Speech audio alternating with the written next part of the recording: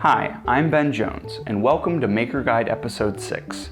In today's episode, we're building a relay outlet to control a variety of high-power devices, such as lights.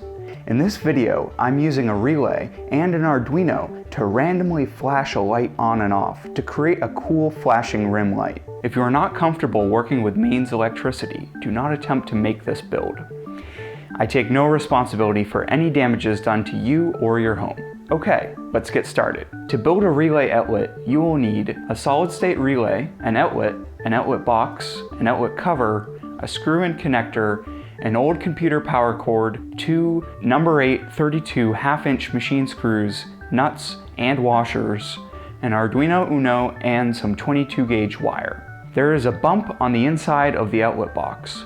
Push the hole out closest to the bump. Pop out the other two bottom holes as well. Screw in your power cord protector. Take your computer cable and cut off the end that plugs into the computer, and then cut off a 4-inch piece. My cable has 3 wires, brown, blue, and green. Typically in America, black is hot, white is neutral, and green is ground. In my case, brown is hot, blue is neutral, and green is ground. If you are unsure of which wire is which, you can use a multimeter to check for continuity. Separate and keep your brown wire from your 4-inch piece. Strip back the insulation on your wires and your power cord. Thread the power cord through the outlet box and tie a knot in the cord. Screw the brown wire to the left side of the relay. Screw the brown wire you cut off to the right side of the relay.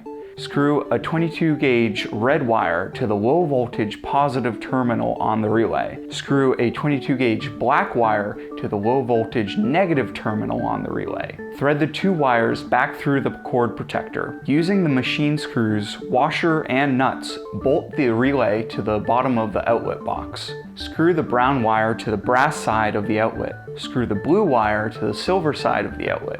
Screw the green wire to the green terminal on the outlet. Double check your wiring.